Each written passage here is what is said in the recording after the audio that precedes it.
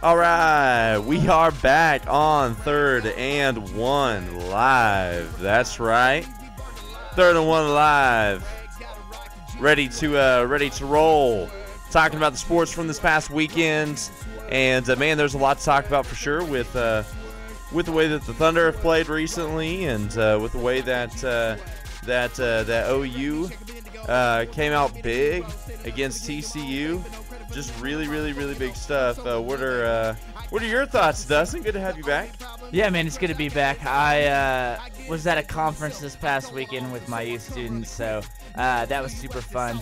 The next couple Fridays, I'm going to be out of town for you guys that are listeners out there. This week I had a conference. Next week I actually have another conference, so last week was for my youth students. This week is actually like a youth workers conference in Memphis, so I'm very excited for that one. That's going to be cool to fly out to. And then the following week, I have a bachelor party for one of my buddies that's getting married very soon. So kind of some exciting time, but going to be missing some time here on the radio on 3rd&1 Live. So super pumped for that. But with that, I didn't get to see a ton of games this weekend, but a lot was shaken up in the college football world. It really was kind of a crazy week for some of those top teams that were vying for some of those playoff spots. And then the Thunder, who have kind of been struggling recently, kind of seem to maybe get it together a little bit in this weekend with the past couple games. So they're still working through some kinks. We all knew that would happen at the beginning of the season. So if you're freaking out right now, that's okay. You have three stars that are used to playing individually coming together. So I think for us to not be realistic and say there's going to be some kinks in the road up to this point was a little unwise. So anyway, yeah, there's some crazy stuff that shook out this weekend, but it seemed like it was some good sports to watch. So yeah, man, it was good stuff. I got to catch a little bit of both the Thunder games. I got to catch more of the my mind is escaping me now. They played a team on Friday night, and now I can't remember. My mind is going blank. But I believe I got to catch both those games a little bit. I know I caught a little bit of the Mavs game last night, just the tail end of it, and it was, they were up big, and it was, kind of an exciting to see them put together a 2-game win streak. Which is a little bit odd for me to be saying at this point, because I did not expect for me to be saying that at this point. Yeah. But was it the Clippers on Friday? It was the Clippers on Friday, yes. And that was definitely a little bit more competitive game. That was coming off 4 consecutive losses. So I mean, it was bad. That's what we're talking about. That they've had some struggles up to this point, but on a current 2-game win streak. They got the Bills coming up, or the Bills. I'm in football now. You are in football. They got the Bulls coming up. Hold on the football talk. Golly. No, I'm just giving you a hard time. Go ahead. Yeah, so on the 15th, they're playing the Bulls at 8 o'clock Eastern time. So I guess we got that's 7 for us. 2-day break from basketball. That is. Yeah, that'll be good. There's some injuries. Carmelo was out with a sore back. Steven Adams was out. Yep. So that 2-day break couldn't come soon enough. But it looks like there's some games that could be coming up that could be difficult. Also, they have the Spurs on the 17th. They have the Pelicans on the 20th, and then the Warriors on the 22nd. So that'll be an interesting. Everyone will want to tune in for that Golden State game, of course, because there's just going to be the drama coming in with Kevin Durant, of course, and they usually play that team pretty well. So man, I'm pumped for that. That's going to be a good game. It's going to be a good day. Can I tell you why that's going to be a good day? Yeah, tell me about it. A lot of reasons, okay? Of course, that's the day before Thanksgiving, okay? So that's going to be cool. The Golden State Warriors game, that's going to be cool.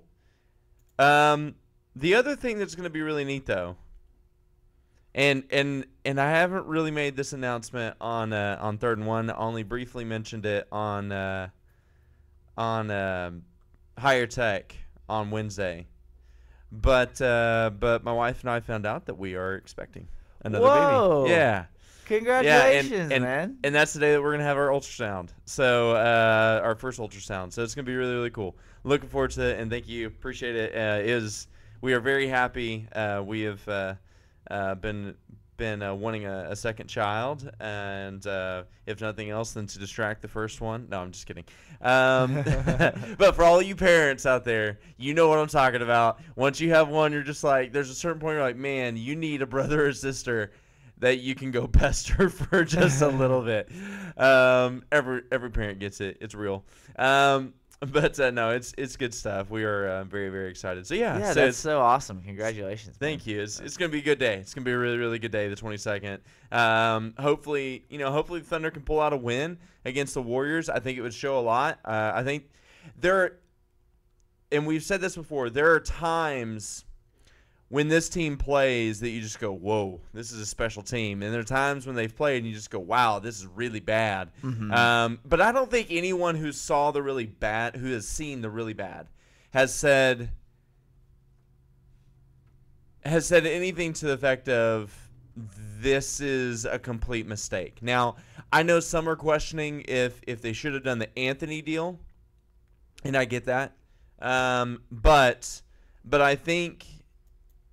Man, I think what's throwing a kink into this more and more, and what we saw last night with Melo being out, and what we saw Friday, I don't think Melo played as much, if I remember right. But what we're seeing is Melo is the piece that's making things difficult. Now, please, everyone understand what I'm about to tell you right now. I'm not saying we shouldn't have got Melo. That's not what I'm saying. And if Melo is listening, please understand that I'm not saying that we don't want you here. That's not what I'm saying. I doubt that he's listening, but if he is, cool. Let me know. Drop me a DM on Facebook or on Twitter at crossover_red on Twitter. So you can just drop me a DM, Mello, or anyone else. By the way, you can always feel free to message me on Twitter. We don't often give out our Twitter handles, but man, you're always welcome to drop me a message there. Oh yeah. But anyways, Mello, I think is just making things difficult. I think it makes it hard for. His ball movement isn't good at all. Never has been in his career. The ball always stops with him for the most part. But he started improving that. On Friday, he started moving the ball more. I think that was one of the things that came out of their team behind-the-door meeting. I don't know if you saw anything about that, Dustin, but after their fourth consecutive loss, it was they're meeting because they need to get some things figured out. So they had a closed-door meeting, but the coach was in there this time. I think that was a good thing. There were some people that were worried about it, but here's the thing. In a meeting like that, and this is something that actually Dean Blevins, one of our local broadcasters in the area, Dean Blevins had made a mention that he was nervous about it because typically, at least 50-50, those meetings go really bad. And you have you have players that are just fighting each other and sometimes physically fighting each other. And in fact, another radio host that was talking with him had mentioned the same thing. He said he had been in 2 closed-door player meetings. One of them ended with a couple of fistfights, and the other one ended really well. And the team, it actually was very beneficial for the team. So it's just kind of 50-50. We'll see. We'll see what everything holds. I'm not sure if that is what has helped this team fix things, but all I know is they're on a 2-game win streak. And if someone says, oh, thank you so much, by the way, Dana. Your mom congratulated me on YouTube, which, by the way, on Friday, she was listening, and she and Debbie were chatting it up on the show, which was great. That's awesome. We had a lot of things to talk about. And Dana, I hope that you were pleased with the Thunder's performance the last couple of games. I know that we were all talking about it on Friday, but man, thank you so much for the congratulations. I really appreciate that. But yeah, it was just they've played better.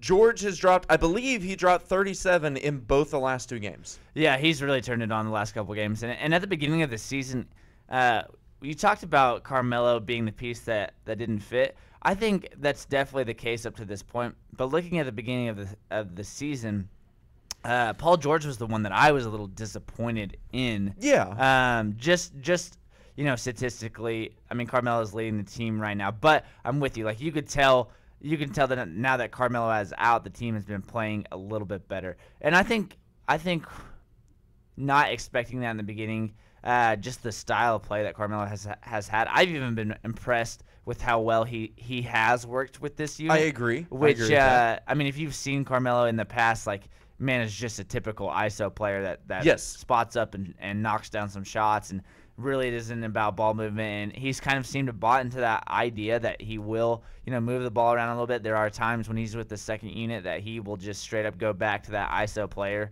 which can be dangerous for sure.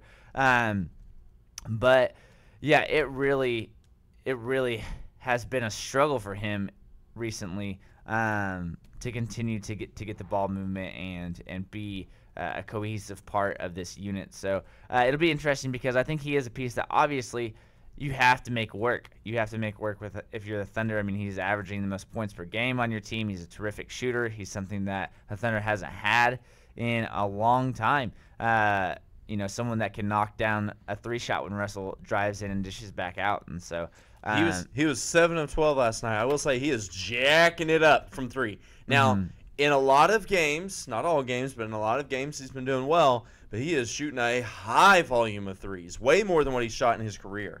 I don't know, but hey, if it's working, it's working. I don't really care too much, but it is interesting. Seriously, 12 shots from 3, but he made 7, so you can't say anything. What are you going to do? Tell him not to shoot 7 of 12 from 3? That's over 50%. That's almost 60%. It's 58.5, I believe. Yeah, and it's kind of looking like, you're going back to when Kevin and Russ played together. It seems like, and no one's really going to want to hear this, but when Kevin played well, when Kevin was leading the team, it seemed to be better for the team. And I think that's kind of how it should be for this team, that you don't necessarily want Russ. Now, Russ had 27 points last night. It's not like Russ was a slouch himself. 27 points, 6 rebounds, 5 assists. That's a solid game for Russell Westbrook as a point guard. And that's what we need to be seeing out of Russ, is we need to be seeing those assists up, the rebounds. Honestly, probably need to go down if you're the Thunder, because you don't need your point guard making all of those rebounds. And so with that, we don't need to be expecting triple-double Russ. That was last year. He won the MVP. I think he's kind of got that pass, and we don't need to be seeing that Russell Westbrook this year. And so if you're expecting that every game, and you're like, Russ isn't getting the triple-doubles, something's up, he's not playing as well as last year. No, calm down. He's playing completely different games. He's playing with a completely different unit, and the way he plays needs to be different than last year. It doesn't need to be him just going up and filling the stat sheet every single night. He needs to be dishing the ball around. He needs to be contributing to the team. Like I said, he's still scoring at a really high rate. But yeah, these past couple games have been really good. I've been really impressed with Jeremy Grant this entire year. I'm very pumped to see how he continues to grow and mature with that team. But he looks freakishly athletic. Grant? Yeah. Yes. And he's looking really good too. I mean, really good. He's been doing an incredible job. Yeah, 10 points last night, 8 rebounds, 3 assists. From year 4, those are really good points, and especially for him to be someone that will come in and contribute for Carmelo, that 4 spot, which I thought was a question going into the season of who is going to be behind Carmelo Anthony. Now Jeremy Grant comes in and he's having the best season of his career so far. So he is peaking at the right time. I don't want to say peaking. He's maturing and growing at the right time and coming to his own. So that is really, really good if you're the Thunder. And so what we're saying as Thunder fans to you guys out there is just relax. I know we just came off the 4-game losing streak, but this team was going to need time, and we kind of had some high expectations for this team to start. Because, of course, why would you not? I mean, you just got Paul George, you just got Carmelo Anthony, seemed to be the offseason moves of the NBA as far as, it looked like the best offseason moves. Now we're kind of seeing this team is going to take a little bit to piece it together, and I think we should have expected that, but do not give up hope. Don't start freaking out yet, because things are going to work out. This team is going to continue to grow together. Just so many. You're looking at it. Paul George, new face. Patrick Patterson, new face. Point yet, but don't make Aaron Rodgers come out here. RELAX. Yes. Relax. It was worrisome, and I on Friday I kind of went off on them. It was right after they had lost to the Nuggets, and there was no reason for it, but they had been playing really, really bad. Yeah, I mean it's been bad. It's been bad basketball. Yeah, for sure. yeah, it has been. So here's my whole take on it. And by the way, if you're like, why aren't we talking OU? Don't worry, we're gonna get to that in the next segment. We had to hit the Thunder though. It was just a natural progression. So and plus, basketball is better than football. I said it. I'm sorry if for all of you who disagree. I know there's a lot who disagree. Basketball is better than football. I love football, but I really love basketball. So the Thunder have an interesting thing that's happened to them. I'm not 100% convinced that Carmelo was hurt enough to sit. Well, no, sorry. Let me change how I said that. I'm not 100% convinced that Carmelo wasn't good enough to play health-wise. Okay. I think that this team had ran into just so many issues. Now they won with him on Friday night, so there's something to be said for that. But I think that they're like, let's try to figure some things out. Let's give Carmelo a rest. He's a little bit hurt. Let's let him rest up a little bit. Let's let this be a rest game for him. Let's see how things work without him. And I think what they saw was, oh wow, this could be a really, really good team. And this is going to help Carmelo too. It wouldn't surprise me if Carmelo himself was like, yeah, I'm good with that. Because here's the thing. For one, Carmelo's older. He's been in the league for 14 years, I believe. Yeah. No, this is his 15th year. 15. I know, that's wild. 15th year. And so what you're going to have is you're going to have a guy who's going to need some rest from time to time anyways. So anyways, I think he's looking at this situation going, okay, I'm going to step back and look and see how they play. Well, he's going to see how well they played. Now, again, it's against Dallas. They're not the greatest team this year. But they played super well. They had not been playing well against even the really bad teams. Kings, Nuggets are pretty good, but they're not great. Trailblazers are good, but they're not great. But they had just lost to some bad teams they had no business losing to. And what happens now is Carmelo gets to look at the situation and go, okay, I see how things worked. How can I fit myself into this offense? How can I work inside of this where they had so much success with Jeremy Grant starting at the 4, and how can Carmelo Anthony be a part of that? And I think this is going to be really, really good.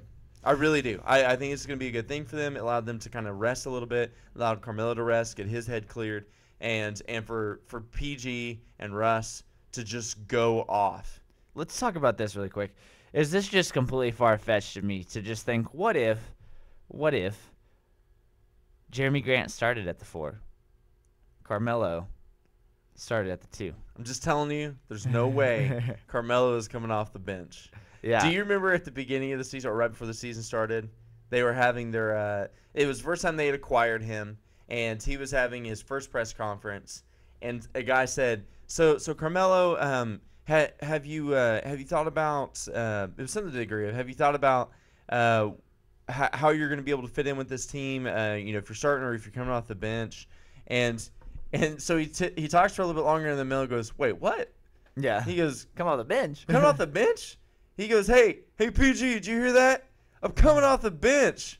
And so everyone's just laughing.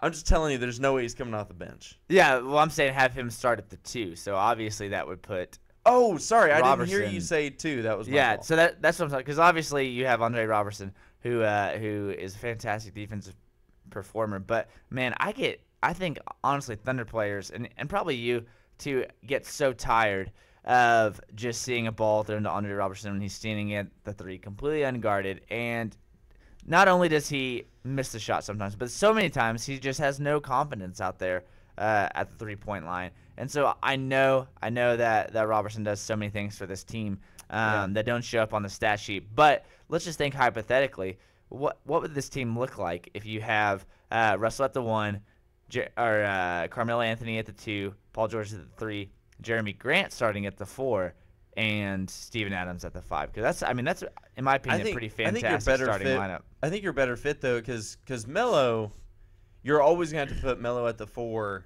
on defense. You don't think Jeremy Grant could do? Oh, well, against the shooting guard. I don't know though because it's the shooting guard that's my concern. Yeah, Melo's too big of a dude at this point in his career. He is not. He's not the guy coming out of college. Mm-hmm, yeah, he's not going to go guard a Butler or no. Yeah. No. Yeah, it would. That would be the thing I would be concerned about. But I think your point is valid. I would love for Jeremy Grant to start at the 2. And here's the other part of that, too. If Robertson's coming off the bench, for one, you're not having to worry about how you're starting a game. You know you got 5 guys legitimately on the floor who can put the ball in the bucket. Mm-hmm. And so what happens with that, you also have Robertson coming off the bench, which I think is a better fit for his skill set because he's a one-way player. I mean, a strictly one-way player. If you have him coming off the bench whenever Melo tends to manage that second unit or George manages that second unit, you're going to have – man, it would be really good because Robertson has no business touching the ball, right, on offense, unless he is picking up a rebound offensively and putting it back in the hoop when he's 2 inches from the bucket. That's about the only thing that he has relevancy for. Mm-hmm. If you have that – Carmelo's already a ball stopper anyways. Well, it doesn't matter whenever you got Robertson back there. In fact, he's going to go do what you want your players to do whenever Anthony is taking the ball and ISOing. Yeah. I mean, you want guys crashing the basket. Yeah, it'd be interesting to see how it would work out. I don't think it's going to be something that the Thunder will do. No, and I don't think you should. But it's a cool hypothetical to think about what would that starting 5 look like. And I think if you're Billy Donovan at this point, going off a 4-game losing streak, you got to kind of. I'm sure he's tossing around these ideas, but obviously being around those guys every single day, he's going to know much more about it than we would here. Now, I've been really impressed with Dakari Johnson up to this point, and also with Josh Hustis, who got to come in and play some time last night. Dakari Johnson, the center, who's playing in place of Steven Adams as he's been out the last couple games. Played 17 minutes, had 5 points, which you're like, not so much. But, I mean, this guy is someone that didn't have a ton of NBA experience going up to this point. I mean, he didn't really play a ton last season at all. And Josh Hustis got 22 minutes, 9 points. That's someone I'm looking to see how he progresses because I think he could play into that Andre Robertson role. He looks to be someone that has solid defense, but looks a little more capable on the offensive side, and he probably isn't as good as Andre Robertson on defense, but seems to be a little bit better on offense. And so it'll be interesting to see how he continues to progress because I'm a Josh Hustis fan. I think if he can continue to improve, he can kind of carve out a role here on that second unit. So it's been kind of cool to see some of these second guys come in and do well. So the interesting thing though for me about Hustis, they did not pick up his option. I don't know if you saw that. I did see that. That was they let it expire, which I think is going to be, man. We'll see how that plays out for them. I'm not sure if it's going to be good or not. They could wind up having to pay him a lot more money at the end of the year. But I mean, you need him. You really do. In my opinion, you need him. He is playing really well. He has a role for this team. And I think you just gotta play him. But we'll see. We'll see what happens. I think it'll be an interesting watch for the rest of the season. And man, integrating Carmelo back into this lineup will be fun too on Wednesday. Wednesday, you said they play the Bulls. That'll be a good game for them to try some things out on because the Bulls are really bad. Yeah, they are bad this year. They're playing a little bit better up to this point, but it's been pretty bad. It's bad. Anyways, we'll be back. We're gonna actually talk some NCAA football. That's right, talking about OU, OSU, talking about OU controlling their destiny now for the CFP. The AP poll seems to not love OU as much as others do after this past weekend. We'll talk about that as well and so much more from the weekend's top upsets and the weekend's top games in the NCAA when we come back after these short but valuable messages from our sponsors. We'll be right back. City Life Community Church is the proud home of Crossover Radio. We are located at 6634 Northwest 36th Street, right here in the heart of Bethany. You can join us for worship at 11 a.m. each Sunday, and if you can't make it, you can hear us right here on Crossover Radio. You can also join us for worship and prayer each Wednesday at 6:30 p.m. City Life exists to glorify God by making disciples and doing good in Jesus' name. We are here for Bethany and for the Northwest Oklahoma City communities. We're excited about the opportunity to serve you and your family. Would your business, organization, or ministry like to connect with our listeners? Crossover Radio is seeking amazing like-minded partnerships to impact our community. Crossover Radio has cheap and affordable sponsorship packages available now. Call us at 405-494-0234 so we can help connect you with thousands of listeners every week right here on Crossover Radio. Again, that number is 405-494-0234. Call us today.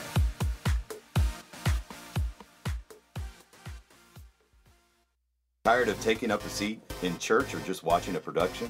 Join us Sunday at West Metro Community Church in Yukon, a place where your life matters and you are more than a number. We are located at 601 West Main Street in Yukon, and our worship service is at 10:45 on Sunday.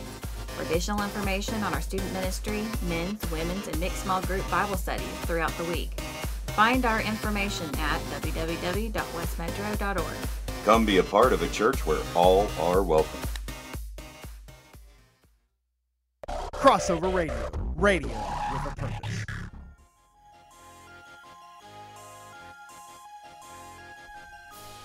All right, welcome back to 3rd and 1 Live for your Monday morning drive. We are pumped for you guys that are listening in on YouTube. This has kind of been a new little process switching over to YouTube for us, so we're pumped for that, excited. If you guys are listening in, feel free to comment on the live chat. We want to hear from you this morning. You can always text in to us at 405-494-0234. I see that right here, so if you just want to send a text message in this morning, let us know. We'll talk about it on the show. We love to have the conversation with you guys, but we just got done talking some Thunder basketball, and now we're going to kind of move into some happenings from this weekend in the college football world. Man, there's some crazy shakeups this weekend, Evan. There were. It was incredibly.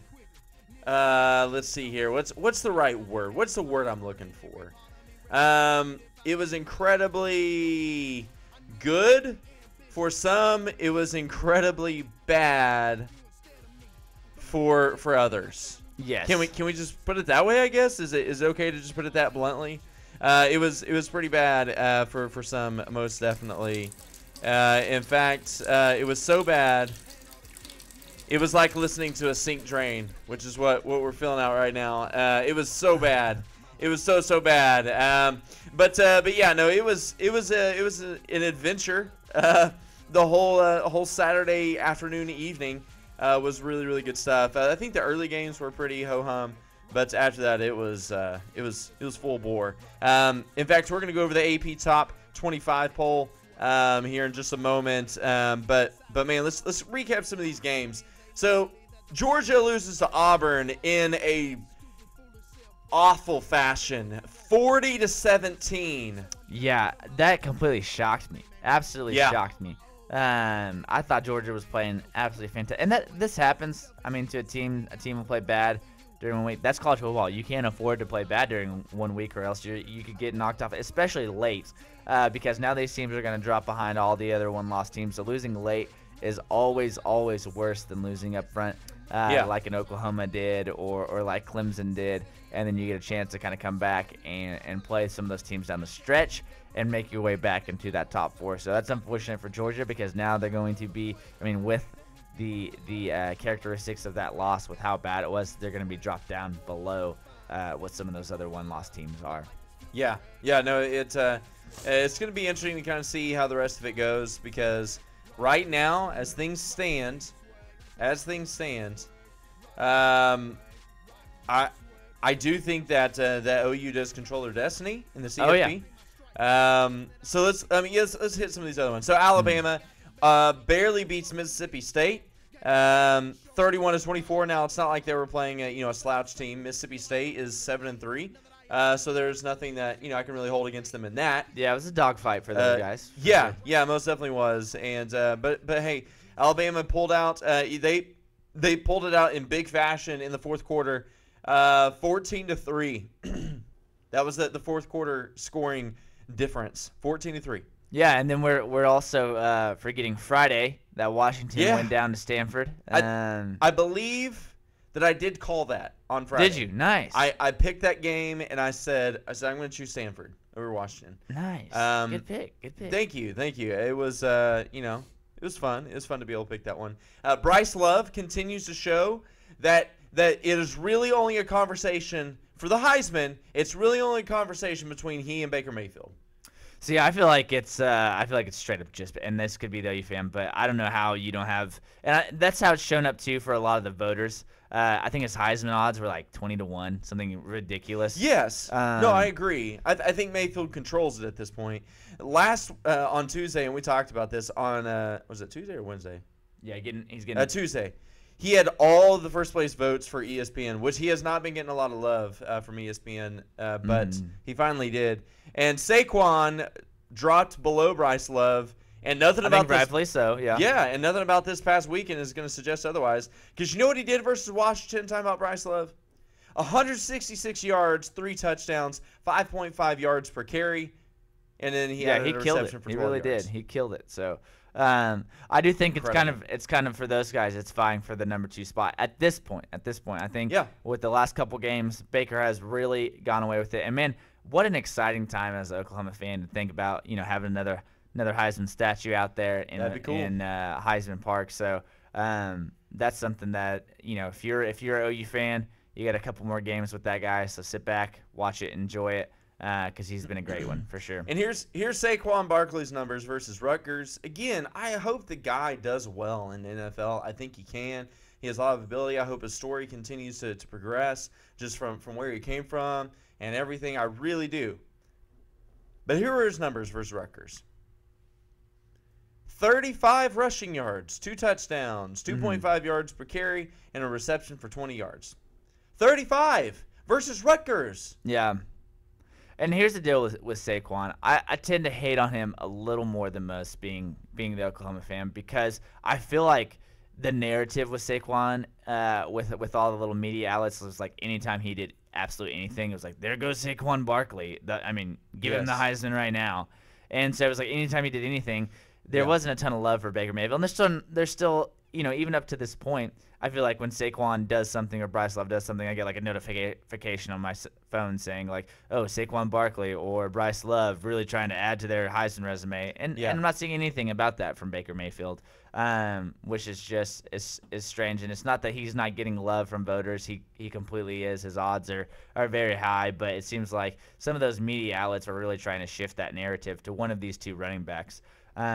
Which is okay. I get that. I mean, they're great players. They're fantastic players. But I probably do have a little bit of bitterness towards those two. So, but man, I think it's because here's the thing. I think it's what we saw happen with Russ for MVP last year. The whole narrative until like the last month or a few weeks of the season. Okay, and until that. It was always, no, we think Harden's it. We think Harden's it. There were very few people actually saying, no, Russ is it. But I think everyone knew that it was Russ. And I think that ESPN was trying to create disparity. I really do. And I think that's what's happening with the Heisman race. Yeah, in these scenarios, I tend to look at the players, too. If you're talking about last year, almost every NBA player was like, give that man his MVP. Yes. And I think if you went around to any of these guys in the Big 12 that played Baker Mayfield, if you go talk to the Ohio State players, they're going to be like, yeah, that man, I mean, he did some things to us that were ridiculous. Go ahead. And TCU, number 6 defense in the Big 12, or in the nation, sorry. Yeah. For all the people who are like, well, Big 12 doesn't have any defense. Okay, maybe most of the Big 12. But you know what TCU did? And you know what OU did to them? They hammered them. And I mean hammered them. Yeah, first half was ridiculous. And then they went into maintenance mode, which I thought was a mistake. By the way, can we talk about that just a little bit? Yeah, definitely. I thought it was a huge mistake on Lincoln Riley's part to go into maintenance mode at the 15-minute mark in the 3rd quarter. It's not the time to stop running. See, they started running too much. It's not the time to stop passing. That's the problem. He didn't let the horses run. And it made me mad. He definitely got super conservative, and I don't think he was thinking this. I'm kind of happy about it now, looking back at it. Obviously, during the game, I was frustrated. But if you're looking at this scenario, you're having a potential opportunity. a little droppage of the camera there. That's fine. That's fine. You're looking at a potential opportunity where there could be a rematch with TCU coming up. And so I'm okay with doing the maintenance mode now, looking back at it, because you don't want to show any more of your offensive game plan or scheme once you go up 24 points in the first half. So at the time, I was like, what is going on? I mean, we were just absolutely destroying these guys. Rodney Anderson was firing on all cylinders, had probably one of the best games for an Oklahoma running back ever, which was, definitely one of the best halves for sure. So it was a crazy game. Oh, there we go. There we go. Sorry, I was just watching the YouTube live video of me dropping the camera. That was incredible. So that was a ride for everyone. But yes, no, I'm with you. Rodney Anderson has been playing out of his mind. Yes. I mean, it doesn't matter who he's playing. He just doesn't give up. This is one of the things I love about the guy. He is so tough. And I mean, so tough. You better wrap him up, because he will bounce off you. And he did it over and over and over against TCU. He's done it over and over and over against a lot of different players. Yeah, really since the Texas game, he's kind of come on. Yeah. And Lincoln Riley said it. He said, hey, man, this is a guy that has been basically out of football for 2 seasons. And so we even in the offseason, they didn't have him taking any contact, which Lincoln said was like, that's basically like not practicing if you're a running back. You have to get in there and get contact to be able to break tackles, be able to hit a hole hard. And so he said, it took a little time for him to come on, but ever since the Texas week, he's really been playing super well. And that's, perfect timing for this offense for sure, because he's a guy that kind of can do well in the receiving game, runs really hard, and gives you that dynamic that's kind of that dual threat back. So that's definitely what this offense needs. And then you've got those other guys that are playing really well, Abdul Adams and Trey Sermon, that can come in and spell him at any time. So it looks like he's kind of taken over that backfield for sure after this point. But what I love about Lincoln Riley is it doesn't matter how you've played in the past. Whoever has the hot hand at that game, he is going to ride that guy. And so that's what you're seeing with Rodney Anderson. He has just been playing fantastic. So obviously, Lincoln's like, why would we not ride him? Let's look at some of the statistics from this Oklahoma TCU game. Obviously, the first half was ridiculous for Oklahoma. TCU scored 7 points in both the first 2 quarters, so ended up 14 at half. Oklahoma, 17 points in the first quarter, 21 points in the second quarter. That's what you want if you're an offense. That's absolutely right. They killed it through, I think Rodney Anderson had 2 touchdown receptions, 2 rushing touchdowns in the first half, and then had the long touchdown reception catch with 7 seconds left to end the half. Just absolutely destroyed it. Now, going into the next couple quarters, TCU still didn't do much. Neither team scored at all in the third quarter, and then TCU scored 6 in the fourth quarter. So final score of 20 TCU to 38 Oklahoma. And like you said, Oklahoma kind of went into this kill the clock maintenance offense that was kind of boring to watch. And there were some first downs that they probably should have had, a couple short yardage scenarios that TCU held them to. But the thing is when you go up 24 points on team at half, you don't really have to do anything. You can afford to run out the clock when your defense is playing as well as it did Saturday night, which is something that hasn't happened. This is something that a team like Alabama would do, to go run out the clock, be okay with punting it, rely on your defense. That's okay. And that's how you win. By the way, the defense, got to give them credit. Yeah, you got it. You have to. We've given them flack all season. They played terrible. The true freshman starting cornerbacks played great. That was one of the things that I believe I talked about on Monday and Friday.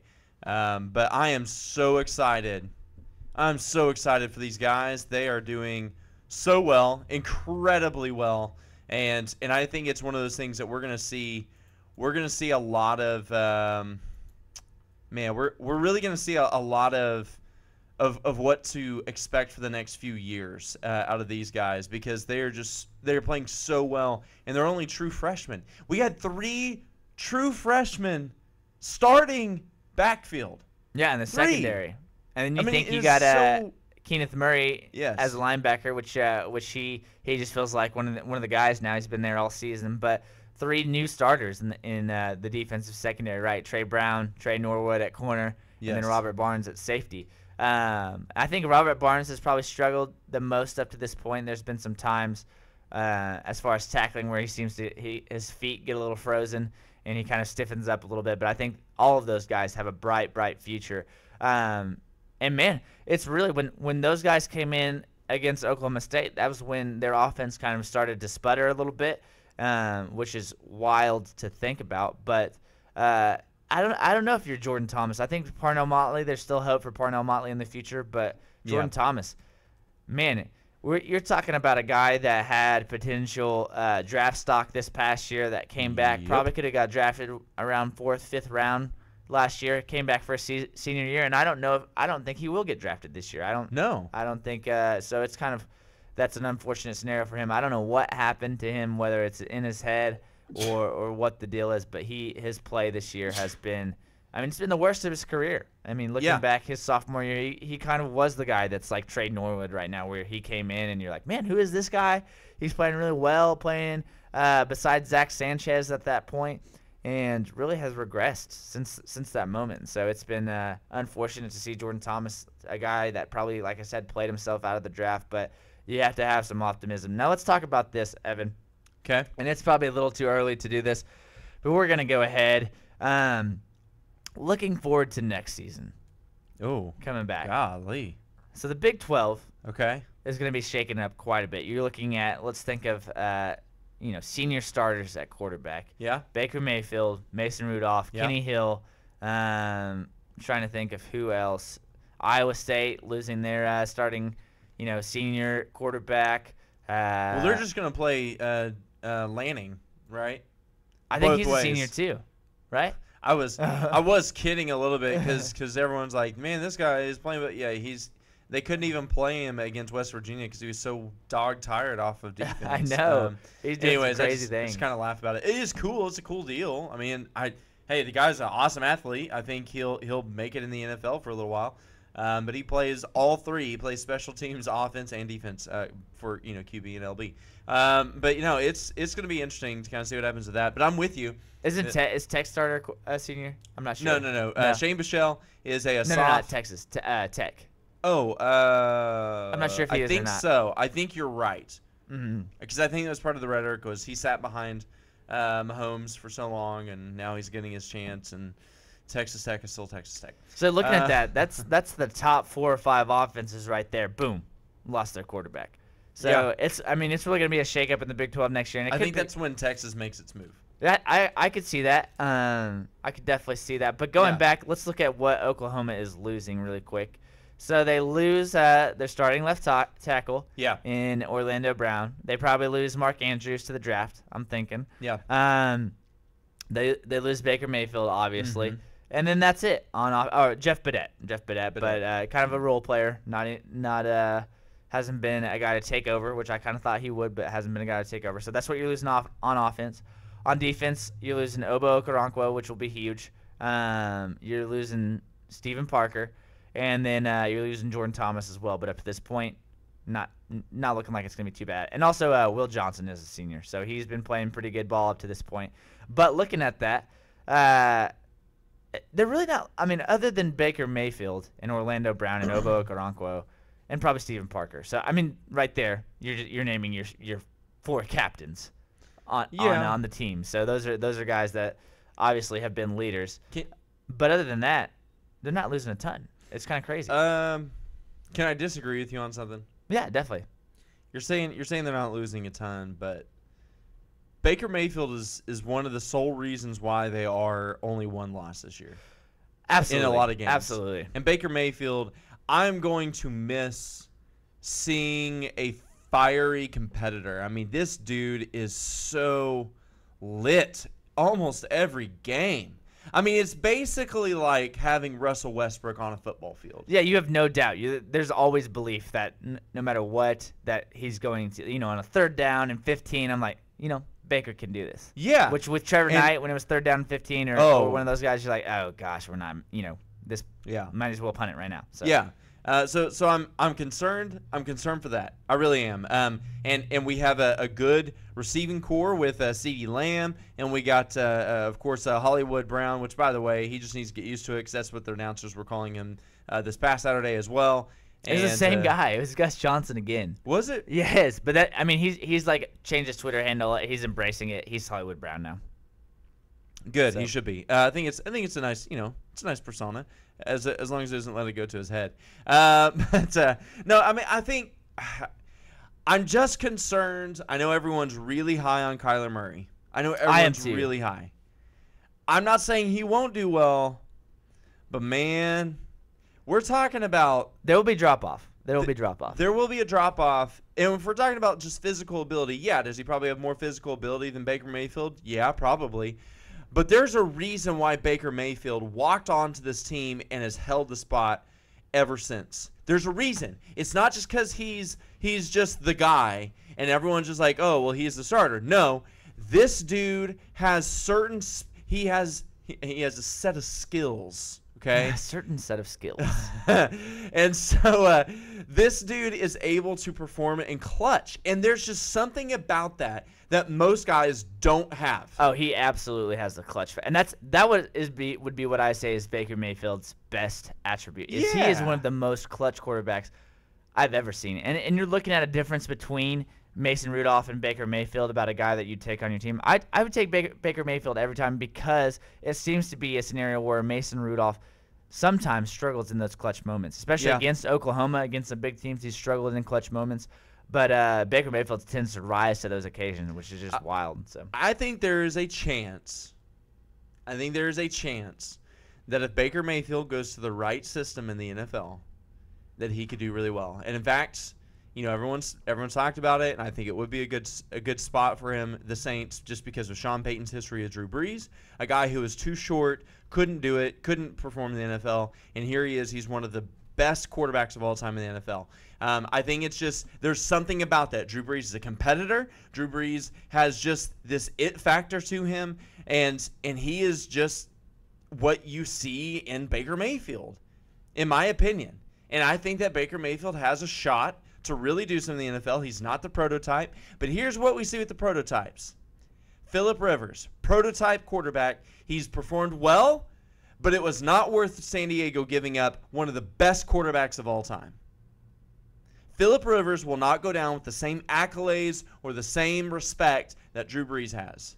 So if you're talking about a scenario where this happened, the prototype did not win. Andrew Luck, prototype quarterback. As much as I love this guy, Sam Bradford, prototype quarterback. They've had good years, but they have not been the consistent winners that everyone thought they would be.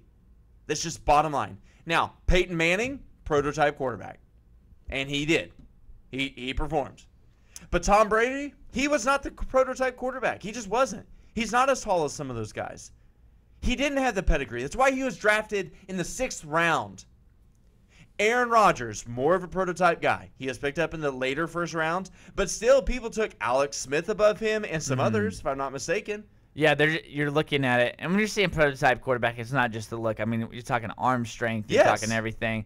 And so those are the guys that tend to be valued better. You're looking at a guy that has a live arm, that's super tall, and that can move in the pocket. That's what when you're talking prototypical quarterback, that's what you're talking about. So even though you're saying, oh, Tom Brady, not prototype quarterback, well, really, he wasn't necessarily, because he wasn't a guy that was known to have, this absolutely overwhelming arm strength. And exactly. And arm endurance. I think that's something that doesn't get evaluated enough. I'm sure it does get evaluated. I don't think it gets evaluated enough is arm endurance in a game. When you're getting into your 30s and 40s on your passing numbers, how much can you throw it? Can you still sling it? Are you okay? Are you still delivering with some of the same punch? And that's a lot of things that don't get evaluated. But anyways, that's just my thoughts. Baker Mayfield had another Heisman outing. That's the bottom line. I think he's creeping into the first round conversation. So he's going to make it really hard for a team to not take him. That needs to put in a backup.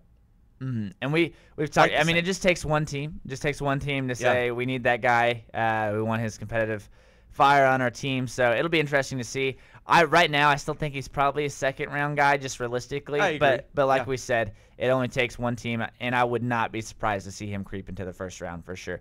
But yeah, OU will definitely miss him next year. I'm not saying that, but I'm saying looking at the Big 12 picture. Yeah. With a team that is losing so much. A lot of teams are losing a lot. If you're looking at Oklahoma State, I'd say they're losing more off their offense. Losing James Washington, losing some of their offensive linemen, and losing Mason Rudolph. So when you're saying like there's teams around the league that are, in my opinion, losing more than Oklahoma, just losing their offensive quarterback and their left tackle, which are two big positions. I'm not going to say that they're not, but they have a lot coming back. And so that's what I'm saying. Oklahoma has a lot coming back for the future. So it's going to be interesting. It will be all on what Kyler Murray can do as a quarterback. We are going to be surprised by Kyler Murray. And what I'm saying is he's not going to be Baker Mayfield, but this is a guy that legit runs a 4.40 at the quarterback position, which is something we haven't seen. Been really impressed with his arm up to this point. He is a smaller guy back there, even smaller than Baker Mayfield, so there will be some times where some balls are batted down that you're like, dang it. But he is an absolutely electric playmaker as far, and the guy never lost a game in Texas 6A football history. I mean, that's something for itself right there. 3 state championships as a starter in Texas 6A football, so I'm going to give him some credit for that. I know you're trying to convince me. That's okay. But I got to see it. I got to see it in the big moments. I got to see it in the big moments. Yeah, that's all I got to say. I have some concerns, but I think that they will field a better overall team than what most will. OSU's losing not just Rudolph, but James Washington, and maybe Aitman, because I think I could see him going. Yeah, and he's had an incredible year. Maybe if I'm an NFL team, I'm wasting a pick on that guy, and I don't mean to say wasting a pick, but I'm using one of my picks, whether that's 3rd round, 4th round, on that guy, because he is. I think Aitman could wind up having a better NFL career. Yeah, you're talking about prototypical quarterbacks. I mean, Aitman is a prototypical NFL receiver, absolutely. More than James Washington. Yes, James Washington isn't as tall. And what I'm saying by that, James Washington is going to go before Aitman. 100% for sure. But I mean, looking at Aitman, he looks like Mike Evans. Just straight up looks like Mike Evans out there. Nice. Yeah. No, I mean, I think it's going to be interesting. Let's do this. So we're going to roll to a break real quick. It'll be our last break of this show. And then we're going to have a lot of talk about the AP Top 25 poll. I want to get your thoughts on it, Dustin. And then we're going to just talk a little bit about the NFL, because there was talk that the owners could wind up joining together and forcing the Cowboys to be sold out from under Jerry Jones. Well, I mean, the money would still go. So it would still go to Jerry Jones. I mean, he's still get paid. Heartache coming up. Those were incredible. That was nice. So we'll be right back after these short messages. Hey, newly engaged couples, are you tired of the same ho-hum, boring wedding reception every weekend? Don't you want yours to be the party everyone's talking about 3 months later? Then give us a call today at BTP Productions. We offer online planning forms, the best OKC DJs, lighting and sound packages, ceremony packages, and anytime consultations. We put you in total control of your party so you get your reception your way. Call us today at 405-609-9980. That's 405-609-9980. Or find us on Facebook. That's BTP Productions. The right music, the right DJ equals BTP Productions. Call today. Crossover Radio is the best station I have ever listened to, even over other Christian stations. They are such a blessing. God uses this radio station that God started through the DJs and everyone on there to bless us and to show us Him. Do you love coffee? Does your church, office, or business need coffee? What about getting amazing quality coffee at home from a business that serves our community and the world? Grounds for Compassion can meet your needs. The amazing staff at Grounds for Compassion would love to connect with you. There are 14 varieties, so you can't go wrong. Check out Grounds for Compassion on Facebook, Instagram, or at g4c.coffee, where you can place your order. Grounds for Compassion, coffee with conviction.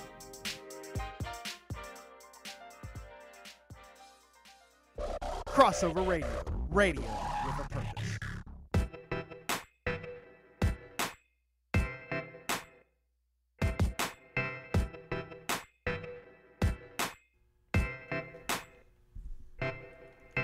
That's right, 3rd&1 live on your Monday morning drive. So glad to be with you this morning, and man, it has been just a ton of fun talking some sports with my man Dustin, and talking some sports with you all out there. Send in your comments. If you're on YouTube Live, you need to send in your comments, your thoughts, your questions. We want to know. So you got to talk to us. We'd love to hear your thoughts on everything we talked about regarding the Thunder, OU, OSU, NCAA, the fact that the Cowboys could wind up being sold, even if Jerry doesn't want to. It's going to happen, very possibly. We'll go over that here in just a minute, but we want to hear your thoughts. If you're listening on the app, though, thank you so much. We appreciate that. Share the app with your friends and family. You can share it right from your app store. It's really easy. Drop us a review. Let us know what you think about it. But ultimately, however you're listening, wherever you're listening, let the people know what you listen to in the mornings, because we'd appreciate that. Let them know about the show. We'd really like to grow it. It'd be incredible. Oh, yeah. Oh, yeah. So Dustin. Yes, sir. I'm going to read off the AP top 5, okay? Okay, hit me with it. Top 6. That's normally what the CFP does. They'll do a top 6. That's fair. Okay? That's fair. So it's just AP. This isn't college football playoffs. For all of you who are, gonna maybe freak out if you hear some of these numbers, it's okay. It's just AP. AP tends to hate a little bit more on some teams than what they should. We'll talk about that in a second. But the CFP comes out on Tuesday evening, every Tuesday evening. So here you go. Number 1, Alabama. Surprise. Number 2, Miami. Number 3, Oklahoma. Number 4, Clemson. And then outside looking in, number 5, Wisconsin. Unbeaten Wisconsin, by the way. Number 6, Auburn. With 2 losses, by the way. Mm-hmm. Yep. Two losses. Anyways, what are your thoughts? I like the AP. I'd probably put Wisconsin above Clemson just for them being undefeated. So I'd switch 4 and 5, but the rest I like. Maybe even put Wisconsin at 3, Oklahoma at 4. Man, listen to this OU fan.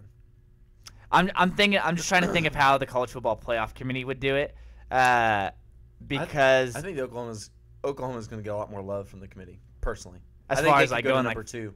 You think so? Because and here, let me just share this little tidbit with you too. Kirk Herbstreit came out on Twitter. Yeah, has had them number 1. Had OU number 1, Alabama number 2, which I think is a little bit high. Yeah, I'm not ready to go that high with them yet at all. Yeah. But I'd love to know Jeremy's thoughts on that, because I know how much Jeremy loves the SEC, like every loser SEC team does. Oh, SEC, my team's bad, but you know what, Alabama's good. I might as well be an Alabama fan. I know. Oh man. You're welcome, Jeremy. Team of the conference. Shots fired. Fan of the conference, not the team. It's fine. Whatever. Debbie said hello. Evan and Dustin. I just saw that on Hello. there. Said we needed the win for OSU. You absolutely did. The unfortunate thing with OSU, we'll talk about this in a little bit, don't really control their own destiny at this point. If TCU wins out, they're going to get into the Big 12 championship just because of the head-to-head. Yeah. But definitely needed the win over Iowa State. It was a crazy game. Went down to the wire for sure. Looking into... If you're Mike Gandy and you're looking for something to inspire your team, you go, guys, we do need some things to happen, right? We need some things to happen that are out of our control for us to get back into the Big 12 championship game. But here's the only thing I'm going to say to you. We aren't going to get there by losing. Yeah, definitely. So you got to go win. I don't know what else to tell you. You got to go win. Oh, I think they're going to play. And they have Kansas State left. So it's not like... Kansas has both OU and OSU for its last 2 games. Yeah, rough for Kansas. So this is going to be a smashing. I hope this is not the letdown game for OU. Mm-hmm. And I fully expect Oklahoma State to win the next 2 games. TCU has Tech left, so they still have to get past Tech. I mean, they very well could lose that game, and it could be Oklahoma State back in the Big 12 championship. I will tell you this, 100%. I would much rather play TCU than Oklahoma State. I do not want Bedlam round 2 down in Dallas, which would be if that happens. I don't know. I think Patterson is enough of a defensive genius that they will play differently. And Kenny Hill is so all over the map. Sometimes he plays like a star quarterback. Sometimes he plays like a junk quarterback. You never know what you're going to get out of the dude. So that's so true. And here's the reason I say TCU. I just think that Oklahoma, not necessarily matchups on offense or defense, but as a team matches up better against TCU because, in my opinion, I would rather than play the bad offense that our defense can handle because I think our offense is just going to be able to score points on any defense. I'm so confident in this offense. Especially with any of the Big 12 defenses. And TCU is probably the best. But looking at Texas, TCU, probably the two best best defensive teams in the conference. Oklahoma's still scoring 30 points on those teams. So I'm okay with that because I think that looking at those teams, our defense can slow those offenses down because of Kenny Hill, because of the kind of wishy-washy play of those. And ever since those three, or especially the two freshmen, getting a call from England. That's interesting. From across the pond. Call it in. I promise you I'm not MI5. But no. You have a mission. If you choose to accept it. Yeah. Oh, good stuff. Anyways, as far as the two freshman cornerbacks, okay, that came into OSU toward the latter part of the game, when that happened, things started to slow down for OSU. Mm-hmm. And they also slowed things down for TCU. I think that is a really encouraging thing. I just still, anytime that Mike Yursich is on the other sideline calling plays for the offense for Oklahoma State, I'm feeling pretty good in this matchup when it's against OU. Okay. I don't think that Yursich is a great coach. I really don't. I think he's well overstayed his welcome. I don't know why Gundy has kept him there. Yeah. In my opinion, with Oklahoma State, it was a shootout last game. And so with shootouts, things kind of have to go your way. And looking at it, TCU was dominated in the first half of that football game. And even in the second half, they only gave up 6 points to that team. So if you really think about it too, how they handled that second half. Yeah. It almost kind of makes you feel. If you're TCU, do you feel more embarrassed about the first half or the second half? OU didn't score a point and still beat you by 17. Definitely the first half. The first half was terrible. I don't know. That second half, if you're TCU and you were told, look, you're going to be down, 21 points going into the half. No, it was less than that. You're gonna be down, or it was more than that. You're gonna be down, X amount of points, but OU is not gonna score a point the second half. If you're TCU, do you not go, tale of two halves? We're gonna be able to keep this one close. Well, yes, but I think you're disappointed in your offense. What I think would be the most disappointing, though, if you're TCU looking at it, is TCU has been saying, well, Oklahoma hasn't played a defense like us. Oklahoma hasn't played defense like us, and then you say, oh. They haven't well, just so you know, in the first half, you're going to give up 38 points to that team. And they're going to, I feel like that would be the shocking thing to them. No, we're not going to give up 38 points. Our defense is great. But if you're saying, oh, your offense is only going to score 6 points, but your defense is going to shut them out in the second half, I think they would be like, that would make sense. Our offense isn't absolutely fantastic, but our defense has shut out Oklahoma's offense in the second half. Yeah, but when you're, like you said, when you're looking at it for how they ran the football and how they controlled the game, it was embarrassing for TCU. OU did something to them that they really haven't done, and I guess haven't had a lot of opportunity to do, but haven't done all year, where they just said, look, this second half, we don't care about scoring. We are going to just continue to run clock, and we will run it out, and you will be done. Mm-hmm. You won't have a shot to come back. You will be done. And I think that's what happened, and I think what you saw from everything, that's what a championship team does. Yeah, I'm still hesitant to say that this team is a championship team because of still some defensive issues at times.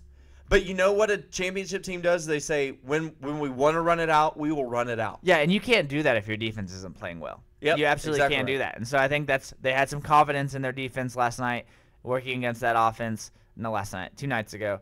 And so that's why they were able to do that. They were okay with taking those short yardage gains, punting the ball away because their defense was playing well. And like you said, that's what is happening in the SEC. That's what they have confidence in their defense. They're okay with punting the ball away because they think, you know what, we're going to play field position, we're going to get the ball back, and we're going to let our offense go to work because our defense is playing complementary football. And so that's, like you said, that is championship football. That's what you need. You need your defense to start peaking at this point. You need them to start making stops. And so it was a good game, yeah, for sure. Okay, let's go back to the top 25. We kind of jumped out of there. Yes, that's my fault. So let's talk about the rest of them. Okay, Wisconsin and Auburn. I don't think Auburn. So here's the thing.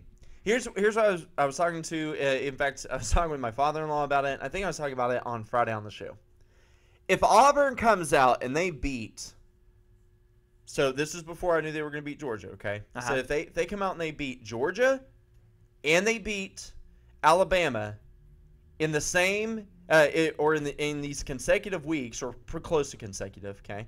And then they come out and they beat what will be Georgia again, because at that point, Auburn will control the West if they beat Alabama. They're going into the SEC championship game, if I'm not mistaken. So if they do that, and they go to the SEC championship game, you're going to have an Auburn that, though they have 2 losses, they beat the number 1 and number 2 teams, and then beat what was the number 1 team again in the SEC championship game. They're going with 2 losses. They will go over an undefeated team. Yeah, there will be an undefeated team left out. Although I'm not sure that Wisconsin will be able to finish it undefeated. I have my doubts. Yeah, I do too. I do think, looking at that top 5, that Wisconsin may be the team that's a little, even really the top 7. Maybe I'm still not a huge believer in Auburn. They're so up and down. Yeah, they've had games where you just go, man, this team is not great, and then they've had games where you're just like, who is this team? Like last week. Yeah, they were my sleeper in the SEC at the beginning of the year just because of Jarrett Stidham. It's a good pick. I'm not huge on Stidham personally, but that's just me. Yeah, he's not playing as well as I thought he would, 100% at this point. But yeah, let's look at some of these 8-2 teams, or really 2 losses. So obviously you have Auburn at 6, then you have Ohio State 8, Notre Dame 9, Oklahoma State 10, TCU 11. I'm not a big fan of where Notre Dame is after just getting destroyed by Miami this past week. I think they should be below those Big 12 teams. What do you think?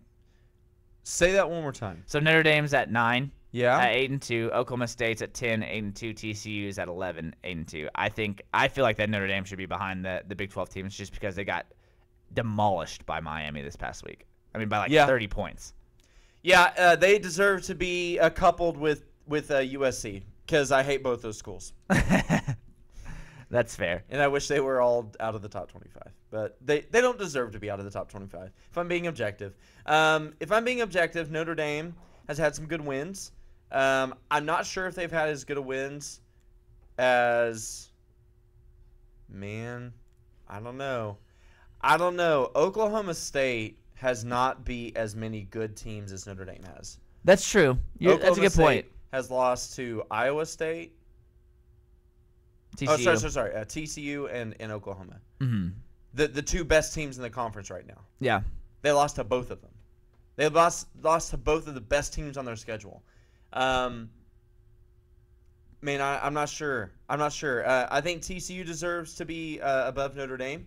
I think TCU would probably it would be a good competitive game, but I think they deserve to be above Notre Dame. So maybe Notre Dame 10, TCU 9, Oklahoma State 11 at this point. We'll see. We'll see how it all finishes out, though. Yeah. So looking at the college football playoff, what do you think the committee's top 6 will be? Okay. So if we're gonna give some predictions here, for one, I gotta put some music on. Oh yeah, get it. In fact, we're gonna use what we were using before we came in out of the last break. That's right. Gonna give our. In fact, we gotta do this for the next few weeks. We gotta do this for the next few Mondays. Okay. This is Evan and Dustin's college football playoff rankings. Oh yeah. live on 3rd and 1. Right here, brought to you on Crossover Radio, radio with purpose.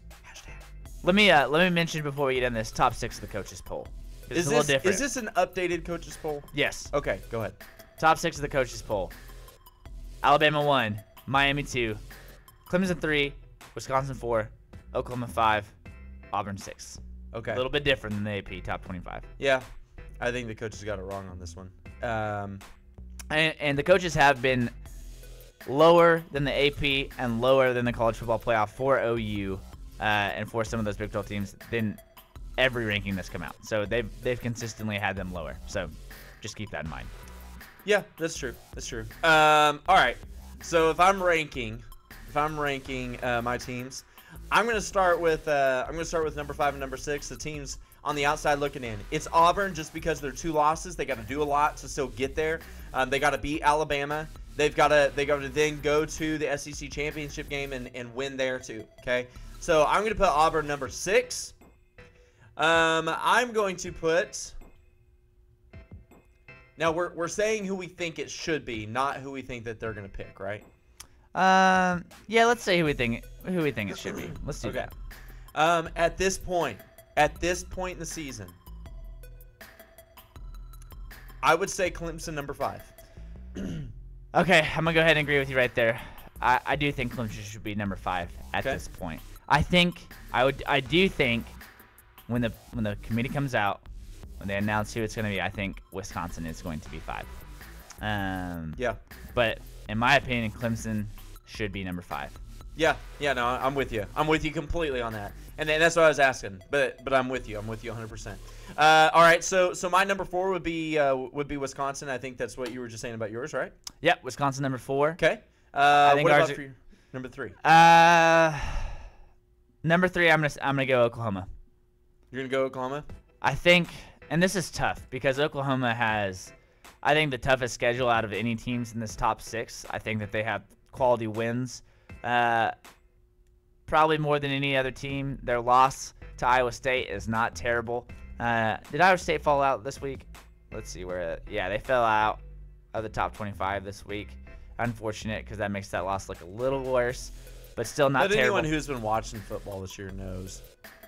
Yeah, they've put up a fight. So I'm going to go ahead and stick Oklahoma at 3 just for the one loss. I think that hurts them, especially in the voters' eyes. Yeah, so that has Miami at 2, Alabama at 1. Miami, at this point, I'm just buying the hype. Their defense has been playing it awesome. Turnovers, turnover chain, big fan. Love that idea if you're a coach. I think that's so fun, so awesome. And they just haven't lost. Like, we have to reward a team that hasn't lost. And that's what I'm really doing in this top 4 with Wisconsin and with Miami, getting those guys in there. Because, I mean, if you haven't lost a football game, I get it. Looking at the eye test, you can say they're probably not going to match up with Alabama, Clemson, Oklahoma. But, yeah, I'm gonna go ahead and reward that no loss. Yeah, no, I think that is a. I'm with you. I'm with you completely across the board. I'd have Miami number 2, and then of course Alabama number 1. I think that's the proper order, in my opinion. And looking at that, if you're having the playoff, man, these would be some cool matchups to have either Clemson, Wisconsin play Alabama, Miami, Oklahoma play each other. I would be absolutely pumped to play Miami. Dude, that would be so fun. It would be so legit. Yeah. Miami, by the way, can I get a little love? Can I get a little credit? Yeah, I've been riding that train all year. You have been. And you've talked about their coach. Is Rick their coach? Yep. Yeah. Mark Richt. Absolutely done a fantastic job. Like I said, we talked about the turnover chain. Oh my gosh, I love that thing, man. Have you seen that? Incredible.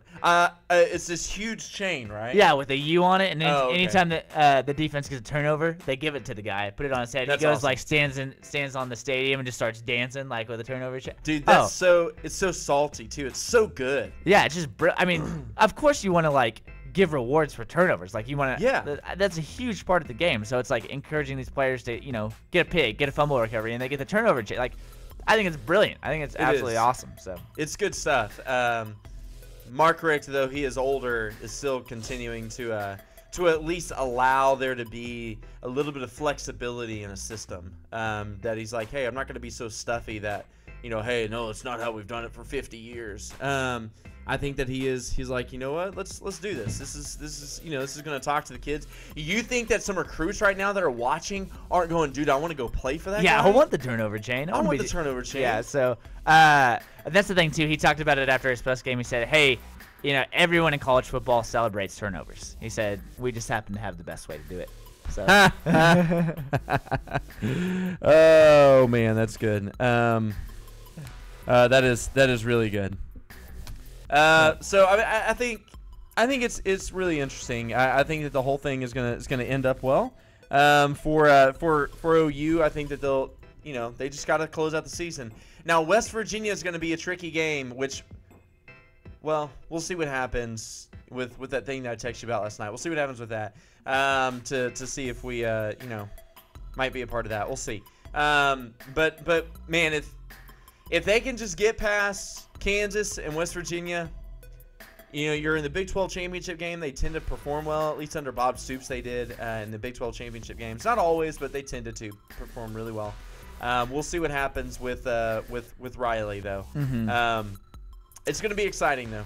It's been kind of funny to see that. I feel like I just haven't seen any talk about Lincoln Riley, first-year head coach, doing so well, and he really has. He's done a great job. So. Yeah, do you think he has a chance to get basically Coach of the Year? I think right now Rick is in the driver's seat for that. Yes, that's true. He took a team that was not anywhere where it should be, and now they're undefeated in the ACC, which is probably the second best conference overall. Maybe third this year as we're seeing this season unfold, but they're definitely up there. Yeah, and he's definitely in the top 5 of that category. Yeah. But I think Rick is, if you're talking about Baker Mayfield, Heisman favorite, I think Rick would be like head and shoulders above for the coaches. That's award. true. I didn't even think of that. Oh, by the way, Debbie said just got out of PT. Woohoo! College ranking. That's right. Giving you our live college rankings right here on Crossover Radio. I'm a little disappointed that Bedlam isn't at the end of the year this year, but you know what? It is what it is. Could get round 2. It could happen. So that's true. If TCU doesn't hold up, there could be round 2. So that's right. Which would be wild. Would that be the first time ever that they've played twice in a season? I bet so. Yes, because previous Big 12 it was just North and South. Yeah. So we'll see what happens in that, because that would be interesting. That would be extremely intriguing to me to just see that happen. In fact, so you said TCU plays Texas Tech. Oh, and then they play Baylor last game. That is a rivalry game for them. I don't think Baylor has a chance. Yeah, I think they're okay with that one. I think Baylor is probably going to lose that one. Baylor already won their one game for the year, so yeah. Feel bad for Baylor. Although it would be incredible to see TCU lose to them. Although it would be really bad for OU because it would just make that loss look really bad. Yeah. Worse than what it was. Man, it has been fun. It's been a blast. And we'll see if the Dallas Cowboys wind up losing their team or if they get sold to another owner, despite Jerry Jones say so, because he is going off on Roger Goodell. Although I don't know if you heard, just a real quick note, Roger Goodell came out, and the rumor was now it's been denied by the NFL. But the rumor was he wanted his salary to increase to $50 million a year and to have a private jet for life. For life. That's a good deal. I want that deal. You know what? That kind of makes me think about him though. I think he's at a point in his time now where he says, "Look, I'm not sure I want to keep doing this gig. But if I am, I'm going to make it worth my time." That proposal, when you know that people don't like you, and when you know that you're already on a hot seat, and you have all these other kinds of issues going on, and the NFL's kind of starting to drop off a little bit, you don't make that kind of proposal unless you just kind of really aren't that interested in being there. Yeah. Unless you just go, hey, if I'm going to do it, it's going to be worth my time. I'm going to get a private jet. I'm going to increase my salary from $40 million to $50 million a year. When you know you have no bargaining right for that. Yeah, you really don't. So it's just, I think it's very interesting. I think he wants to step out. Yeah, I think it's time. I really do. It's time. I think it's time for a new commissioner. So. I agree with you on that. All right, it's been fun. It has been real, and it has been, well, real fun. So we will talk with you again. At least I will on Friday. Gonna miss you, Dustin. But yeah, I think I could call in. So we'll see if we can make that work. I don't know if you're doing remote or what, but I might wind up doing a remote. We'll okay. See. But yeah, just let me know. We'll definitely work that out. But if nothing else, we'll talk to you next Monday. And hey, join us again every Monday and Friday from 7 to 8:30, and it will be a lot of fun every time. Don't hold me to it, but I can just tell you, it's a lot of fun every time we get on here. So we'll talk some more sports. And until then, may God bless you, may He keep you, may He give you peace. All right. Have a good week. Peace.